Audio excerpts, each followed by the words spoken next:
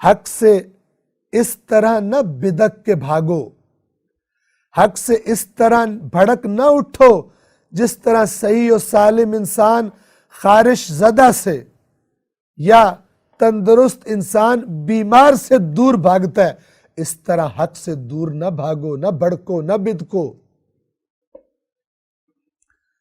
گویا جو ماحول خراب ہو چکا ہے مولا علی کے زمانے میں، خلافت کا آغاز ہو رہا ہے، تو مولا لوگوں سے کہہ رہے ہیں کہ میں جو حق بیان کر رہا ہوں مجھ سے بدک نہ جانا، لیکن بدک گئے۔ کتنے لوگ تھے جو علی علیہ السلام کو چھوڑ کر شام چلے گئے؟ ایک سے مولا علی نے کہا جو پچھلے دور میں تو نے بیت المال جمع کیا ہے وہ سب لے کر آ اور مجھے حساب دے۔ اس نے اپنے ساتھیوں سے مشورہ کیا، اسی نہج البلاغہ میں موجود ہے، اس نے اپنے ساتھیوں سے مشورہ کیا، اس کے ساتھیوں نے مشورہ دیا کہ بیٹا اگر علی کے پاس جائے گا تو خیر منا لے۔ مشورہ دیا اس کے دوستوں نے۔ بے ایمانوں کے دوست بھی بے ایمان ہی ہوتے ہیں۔ اگر دوست نیک ہو تو بندہ بے ایمان کیسے رہ سکتا ہے؟ اس نے رات کو سارا اپنا اکٹھا کیا جو مال بنایا ہوا تھا اور لے کے شام کو سے دھار لیا، شام چلا گیا۔ علی کے ساتھ بے ایمان کیسے رہے گا؟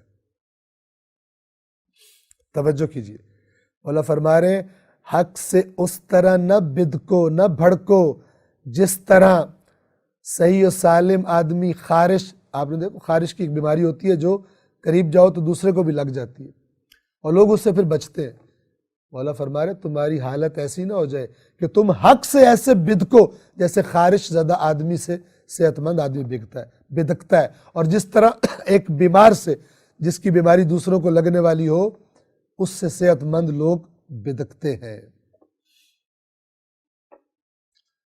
کچھ لوگ حق سے اس طرح بدکتے ہیں جیسے آج کل اگر پتہ لگ جائے فلان شخص کو کرونا وائرس ہو گیا تو اس کے نزدیک بھی نہیں جاتے۔ کچھ لوگ اس طرح بدکتے ہیں حق سے، ایسے انہیں باطل حق بنا کے پیش کیا گیا ہے کہ اب جب حق سنے، قرآن سنے، بدک جاتے۔ پھر فرماتے ہیں یہ بات مکمل، فلا تنفروا من الحق نفار الصحیح من العجرب والبارع من ذی السقم، اور جیسے بیمار تندرست یا جیسے تندرست بیمار سے بھڑک اٹھتا ہے یعنی دور بھاگتا ہے۔ وَاعْلَمُوا، اور جان لو، مولا فرما رہے ہیں جان لو۔ کیا بات جان لو؟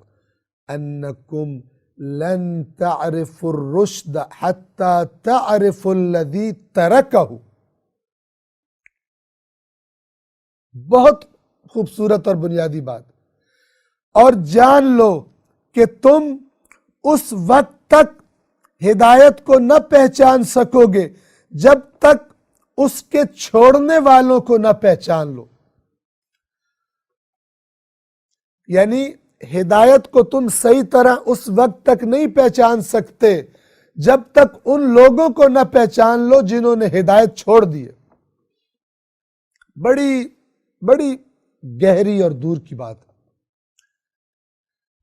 یعنی صرف یہ پتہ چل جانا کہ یہ سیدھا راستہ ہے یہ کافی نہیں ہے، اس کو بھی پہچانو جس نے سیدھا راستہ چھوڑ دیا ہے، ورنہ کہو گے یہ بھی علیہ السلام اور یہ بھی علیہ السلام۔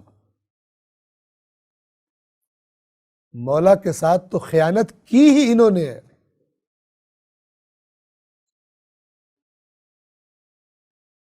مولا کی خلافت، ظاہری خلافت کو فتنوں سے دوچار کن لوگوں نے کیا؟ فرما رہے حق ہمیشہ ایک ہوتا ہے۔ اگر حق کو دیکھنے کے بعد بھی باطل کو بھی حق کے ساتھ مکس کر دیا جائے تو اسلام کے اصول پامال ہو جاتے۔ دونوں ٹھیک ہے، دونوں ٹھیک ہے، دونوں ٹھیک نہیں ہوتے۔ ٹھیک ایک ہی ہوتا ہے، حق پر ایک ہی ہوتا ہے۔ اللہ کے رسول سے زیادہ سمجھدار نہ بنو۔ یا ایھا الذین آمنوا لا تقدموا بین یدی اللہ ورسولہ واتقوا اللہ ان اللہ سمیع علیم۔ اے ایمان والو، اللہ اور اس کے رسول سے آگے نہ بڑھا کرو، پیچھے چلو ان کے، تقوی اختیار کرو۔ اللہ جو تم بول رہے ہو سن رہا بھی ہے اور علم بھی رکھتا ہے، حق ایک ہوتا ہے صرف، اور اللہ کے رسول بتا گئے کہ علی کے زمانے میں حق علی کے ساتھ ہوگا، مقابلے پر جو بھی آئے۔ بتا گئے تھے رسول اللہ، آج بھی موجود ہے، کتب حدیث میں موجود ہے۔ لیکن مسئلہ تب خراب ہو جاتا ہے کہ جب کچھ ایسے اصول اور مبانی ذہن میں بنا لیے جائیں کہ جو اللہ کے قرآن اور رسول کے فرمان پر بھی حاوی ہو جائیں، جس کو اللہ اور رسول حق کہہ رہے ہوں اس کو حق نہ کہا جائے اور دوسروں کو مکس کر لیا جائے، حق اور باطل کو۔ اہل کتاب سے کہا گیا یا اہل الکتاب لم تلبسون الحق بالباطل وتکتمون الحق وانتم تعلمون۔ اے اہل کتاب، کیوں حق کے ساتھ باطل کو ملاتے ہو اور حق کو چھپاتے ہو، اور تمہیں پتہ بھی ہے؟ کس کو نہیں پتہ علی حق پر تھے یا مقابلے پر آنے والے حق پر تھے؟ کس کو نہیں پتہ؟ سب کو پتہ ہے۔ توجہ فرمائے، وَاعْلَمُوا أَنَّكُمْ لَن تَعْرِفُوا الرُّشْدَ حَتَّى تَعْرِفُوا الَّذِي تَرَكَهُ۔ تم ہدایت کو اس وقت تک نہ پہچان سکو گے جب تک اس کے چھوڑنے والوں کو نہ پہچان لو، اور وَلَن تَأْخُذُوا بِمِيثَاقِ الْكِتَابِ حَتَّى تَعْرِفُوا الَّذِي نَقَضَهُ، اور اللہ کی کتاب کے عہد و پیمان کے پابند نہیں رہ سکو گے جب تک کہ اس کے توڑنے والے کو نہ جان لو۔ ورنہ کہو گے یہ بھی قابل احترام ہے، وہ بھی قابل احترام ہے ہمارے لیے۔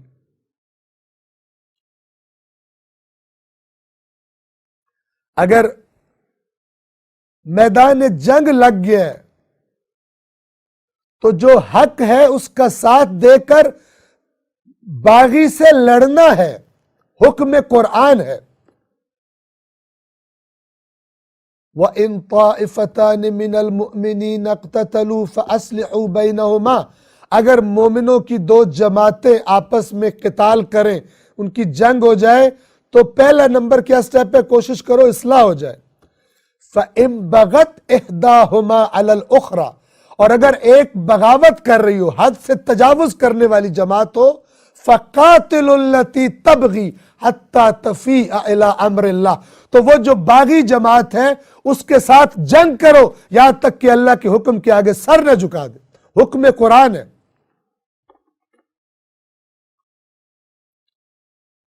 باغی جماعت کون سی ہے؟ وہ جو شام سے آئی تھی۔ باغی جماعت وہ ہے جنہوں نے عمار یاسر کو قتل کیا، شہید کیا۔ باغی جماعت وہ ہے رسول اللہ کے فرمان کے مطابق جنہیں عمار جنت کی دعوت دے رہا تھا اور وہ عمار کو جہنم کی دعوت دے رہے تھے، وہ باغی جماعت ہے۔ یہ مولا علی ڈسے ہوئے ہیں ان لوگوں کے کہ جن کو سمجھ نہیں آتا کہ ادھر بھی بزرگ ہیں ادھر بھی بزرگ ہیں، ہم کیا کریں۔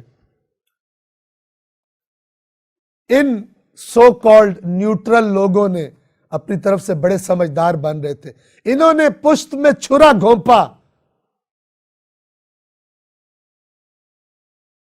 اور جو نتیجہ نکلا اس کے بعد سے شروع ہوا سسٹم، جس مرضی کو بٹھا دیا جائے امت کے سر پر قبول کرو، آج تک چل رہا ہے۔ یہ اللہ کا انتقام ہے، سمجھ میں آئے یا سمجھ میں نہ آئے۔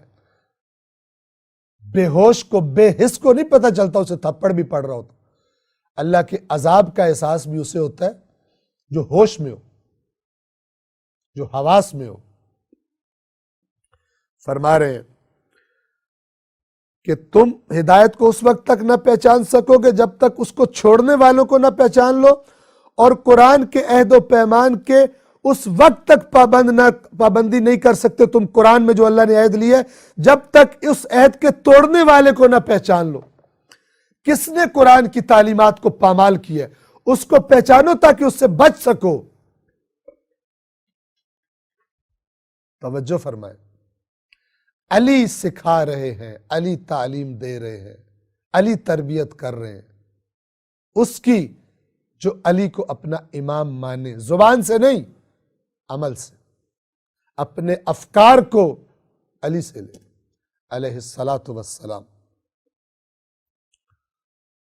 وَلَن تَمَسَّكُوا بِهِ، اور تم کبھی